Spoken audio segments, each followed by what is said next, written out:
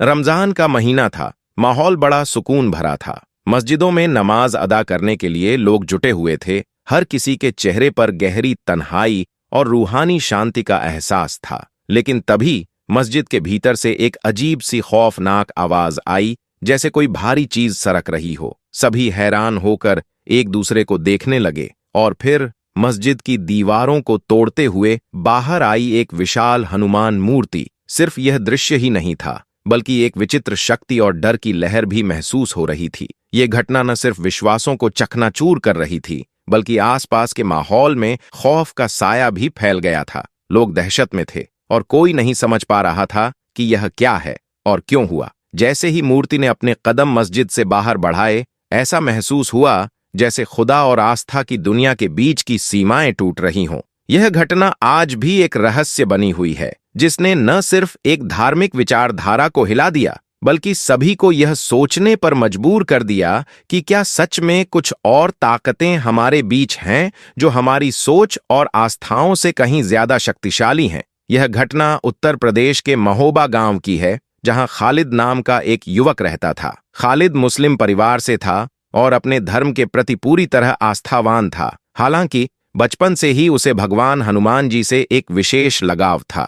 इसका कारण यह था कि उसने बचपन में हनुमान जी पर आधारित कार्टून मूवीज, टीवी सीरियल्स और धार्मिक कार्यक्रमों को बहुत देखा था। अब इस चमत्कारी घटना के पीछे का रहस्य क्या है? क्या यह कोई दिव्य संकेत था? इस घटना ने पूरे गांव और आसपास के शहरों में हलचल मचा दी। लोग दूर दूर से इस अजीब नजारे को देखने पहुंचे और यह रहस्यमयी घटना सबके लिए चर्चा का विषय बन गई। खालिद बचपन से ही हनुमान जी की निस्वार्थ भक्ति से प्रेरित था। खासकर श्री राम के प्रति उनकी अडिग श्रद्धा ने उसे गहरे प्रभावित किया। जब लॉकडाउन के दौरान रामायण का प्रसारण हुआ, तो खालिद का परिवार, जो एक मुस्लिम परिवार था, हर रात अपने घर में रामायण देखता था। उनका उद्देश्य सिर्फ यही था कि वे श्री राम और हनुमान जी के जीवन से कुछ प्रेरणा और शिक्षा ले सकें। रामायण देखने के बाद खालिद की आस्था और भी गहरी हो गई। उसने यह तय किया कि हर मंगलवार को हनुमान मंदिर जाएगा और वहां लड्डू का भोग चढ़ाएगा।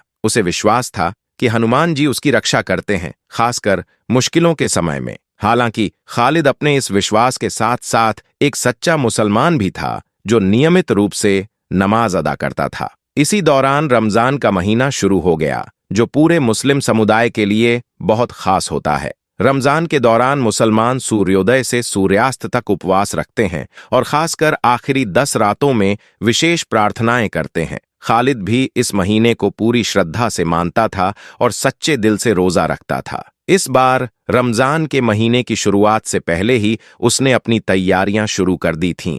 लेकिन खालिद के लिए असली परीक्षा तब शुरू हुई जब रमजान के महीने में पहला मंगलवार आया। उसका नियम था कि वह हर मंगलवार हनुमान जी के मंदिर जाता था और वहां लड्डू का भोग चढ़ाता था। रमजान के दौरान भी उसने यही फैसला किया कि वह मंदिर जाएगा, लड्डू चढ़ाएगा और फिर मस्जिद में जाकर नमाज अदा करेगा। वह अपने सभी धार्मिक कर्तव्यों को पूरी निष्ठा से निभाने का मन बना चुका था। हालांकि उसकी यह आस्था कुछ कट्टरपंथी मुसलमानों को ठीक नहीं लगी। वे उसे संदेह की नजर से देखने लगे और उसे अपने समुदाय के लिए खतरा मानने लगे। ये लोग खालिद की आस्था को गलत मानते थे, लेकिन वे चुप थे, क्योंकि पिछले साल रमजान के दौरान एक ऐसी घटना घटी जिसकी किसी ने कल्पना भी नहीं की थी। उस दिन खालिद शाम 4 बजे असर की नमाज अदा कर रहा था। तभी कुछ लोग उसका मजाक उड़ाने लगे। वे कहने लगे, यह तो नकली मुसलमान है, कभी मंदिर जाता है, कभी मस्जिद, इसका कोई ठिकाना नहीं है, इसके खिलाफ फतवा जारी होना चाहिए। धीरे धीरे वहां भीड़ जमा हो गई और सभी ने खालिद से सवाल किया, अगर तुम सच्चे मुसलमान हो तो तुम्हें मंदिर नहीं जाना चाहिए, क्योंकि कुरान इसकी इजाजत नहीं देती। खालिद ने जो जवाब दिया, उसे सुनकर वहां मौजूद सभी लोग हैरान रह गए। उसने कहा, कुरान में लिखा है कि ईश्वर एक है और उसके बराबर कोई नहीं है, चाहे हम उन्हें राम के रूप में पूजा करें या अल्लाह के रूप में, ईश्वर तो एक ही है। मैं भी तुम्हारी तरह सच्चा मुसलमान हूं, लेकिन हनुमान जी की भक्ति में मुझे कोई परेशानी नहीं है। उन्होंने निस्वार्थ भाव से प्रभु श्री राम के कार्य किए हैं और हमें यह सिखाता है कि हमें भी निस्वार्थ भाव से अपने कार्य करने चाहिए। अगर हमारी आस्था सच्ची है तो ईश्वर हमें कहीं भी दर्शन दे सकते हैं। खालिद का यह जवाब सुनकर सभी लोग चौंक गए। कुछ लोग गुस्से में आ गए क्योंकि वे नहीं चाहते थे कि उनका कोई धर्म किसी दूसरे धर्म की तारीफ करे। उनमें से एक ने कटाक्ष करते हुए कहा, अगर तुम कहते हो कि सच्ची आस्था के साथ किसी भी चीज में ईश्वर को देखा जा सकता है, तो क्या मस्जिद में तुम्हारे भगवान भी मौजूद हैं? खालिद ने मुस्कुराते हुए जवाब दिया, अगर तुम इस मस्जिद की खुदाई करोगे तो तुम्हें भगवान का अंश जरूर मिलेगा। इसके बाद एक बैठक बुलाई गई जिसमें सभी मुसलमानों ने चर्चा की कि अगर खालिद का यह भ्रम दूर नहीं किया गया तो वह सनातन धर्म की तरफ और ज्यादा आकर्षित होगा। उन्हें डर था कि अगर खालिद की बातें बाकी बच्चों तक पहुंची तो वे भी उसी रास्ते पर चलने लगेंगे। इसीलिए सभी ने मिलकर तय किया कि खालिद के भ्रम को दूर करने के लिए मस्जिद के नीचे खुदाई की जाएगी, ताकि यह साबित किया जा सके कि उसकी बातें गलत हैं और वहां कोई भी भगवान से जुड़ा कोई निशान नहीं मिलेगा। अगले दिन एक जेसीबी बुलाई गई और गांव के सभी मुसलमान खालिद को लेकर मस्जिद के पास एकत्रित हुए। तय स्थान पर खुदाई शुरू हुई। लगभग 5 से 6 फुट खुदाई हो चुकी थी, लेकिन वहां से कोई भी ऐसा सबूत नहीं मिला जो खालिद की बातों को सही साबित कर सके। यह देखकर सभी लोग हंसने लगे और खालिद से कहने लगे, अब तो समझ जाओ यह सब तुम्हारा भ्रम है, अब भटकना छोड़ दो। लेकिन जब किसी भक्त की आस्था सच्ची होती है तो भगवान उसे कभी निराश नहीं करते। तो एक खंभे के अंदर से भी भगवान प्रकट हो सकते हैं। फिर यहां तो मिट्टी में खुदाई हो रही थी। जैसे ही खुदाई थोड़ी और गहरी हुई, अंदर एक मुकुट की आकृति नजर आई। जब कुछ लोग नीचे उतरे तो सभी के होश उड़ गए। वहां पर हनुमान जी की एक विशाल मूर्ति मौजूद थी जिसकी लंबाई करीब 6 फुट थी। ये देखकर सभी स्तब्ध रह गए। असल में जो लोग खालिद का भ्रम दूर करना चाहते थे वे खुद अचंभित रह गए, क्योंकि जो वह साबित करना चाहते थे उसके ठीक विपरीत हुआ था। अब सभी लोगों का रुख बदल गया और वे खालिद के साथ खड़े हो गए। लेकिन जब इस घटना की जानकारी इलाके के हिंदू अधिकारियों को मिली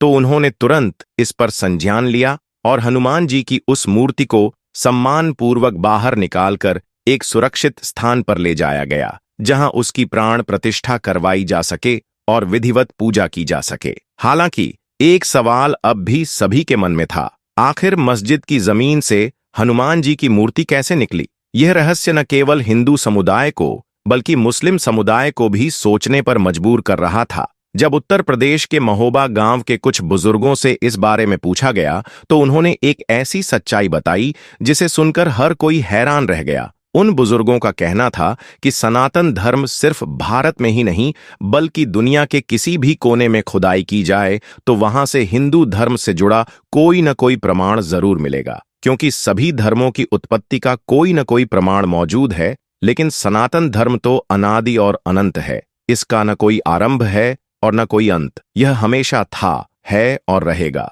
इसके बाद गांव के कुछ बुजुर्गों ने यह भी बताया कि उनके पूर्वजों के समय जिस स्थान पर आज यह मस्जिद बनी हुई है, वहां पर पहले एक विशाल हनुमान मंदिर हुआ करता था जो काफी प्रसिद्ध था। इस मंदिर की महिमा इतनी थी कि दूर दूर से लोग मन्नत मांगने आते थे। ऐसी मान्यता थी कि यदि इस मंदिर की झाड़ू किसी के सिर से लग जाए तो उस पर किसी भी भूत प्रेत या नकारात्मक शक्ति का असर नहीं होता था। लेकिन जब मुगलों ने भारत पर आक्रमण किया तो उनका एक मुख्य उद्देश्य था भारत के उन प्राचीन मंदिरों को नष्ट करना जिन पर लोगों की गहरी आस्था थी। इसी दौरान उनकी नजर उत्तर प्रदेश के इस प्रसिद्ध हनुमान मंदिर पर भी पड़ी। उन्होंने इस मंदिर को पूरी तरह से ध्वस्त कर दिया और उसके मलबे से एक मस्जिद का निर्माण कर दिया।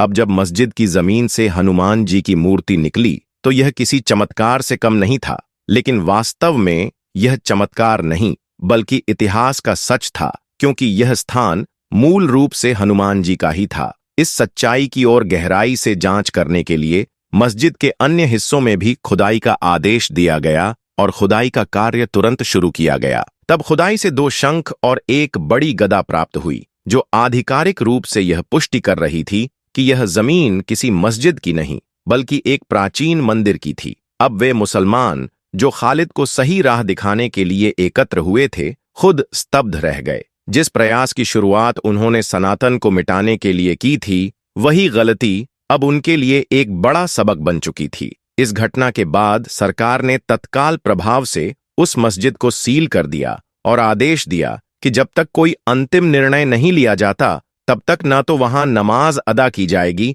और न ही किसी प्रकार की पूजा होगी। जो सबूत सामने आए उनसे यह स्पष्ट हो गया कि यह स्थान मूल रूप से हनुमान जी का मंदिर था। लेकिन इस पूरे घटनाक्रम में खालिद की भी तारीफ करनी होगी, जिसने मुसलमान होते हुए भी सबसे पहले मानवता के धर्म को अपनाया। क्योंकि चाहे वह श्रीमद् भागवत गीता हो या कुरान, सभी में कहीं न कहीं यह संदेश दिया गया है कि किसी भी धर्म से ऊपर मानवता का धर्म होता है। यदि आप सच्चे मन से मानवता के धर्म को निभाना सीख गए तो ईश्वर को प्राप्त करना बहुत आसान हो जाता है। इस घटना से यह सीख मिलती है कि आस्था और विश्वास व्यक्तिगत होते हैं और हमें एक दूसरे के धर्मों का सम्मान करना चाहिए। खालिद ने यह साबित किया कि सच्ची आस्था धर्म की सीमाओं से परे होती है। अगर आपको यह वीडियो पसंद आई हो तो इसे लाइक करें, चैनल को सब्सक्राइब करें और बेल आइकन दबाएं ताकि ऐसी और घटनाएं देख सकें। धन्यवाद।